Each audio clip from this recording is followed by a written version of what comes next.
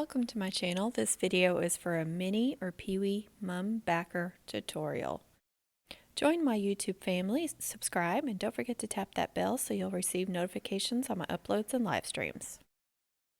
The backer I'll be using is 4.75 inches or 4 3/4 inches in diameter, and my ribbons are cut at 6 inches in length.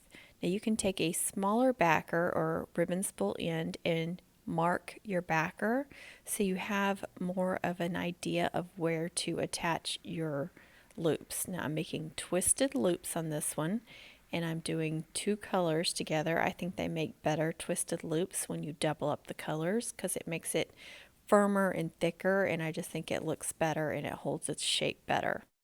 Now on the curve of these twisted loops, on my left side I've got the curve going up over the backer, and then the curve on my right side is going down below the backer just a little bit. So that's how far up and down I'm attaching them. You don't have to do it exactly that same. So just however far up and down you think you need them. That's a good guide for me though. And then it's really easy to make these twisted loops, and you can do this little twist at the end. You don't have to add that part if you don't want to. And then it's a good idea to go ahead and staple them if you're new at making these, because it is easy for them to come undone while you're trying to staple them on. So if you go ahead and staple them and then attach them, you won't have to worry about that.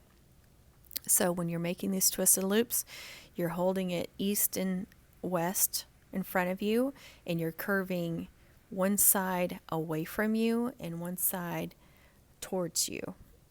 So it's just real easy to make these little twisted loops. Just don't overthink it, because every time you overthink it, then it gets complicated. And then again, you can make that little twist on the top. And if you're wanting to stick to the pattern with the colors being the same, make sure that you're doing them the same way. I mean, you can always flip them over, but if you're doing that little twist, then you won't have that on that side. So always make sure like the white is showing on top towards the top of the twisted loop, and then the blue is coming around the curve. And that's just for the first four. On the next four, I reverse it to where the blue is on top there at the top of the twisted loop. So that way when the flower is on there, you can see white, blue, white, blue, white, blue. Because half of that twisted loop is actually going to be covered up with the flower. So you'll be able to see, if I left the same pattern, you would have seen more white than blue. So that's why I did it like that. So you got to think about what size flower you're using, what size backer you're using. I only need 8 twisted loops for this backer. Again, it's 4.75 inches in diameter. I have other videos for bigger backers, for different size backers. So if you need to see that, for however many you need.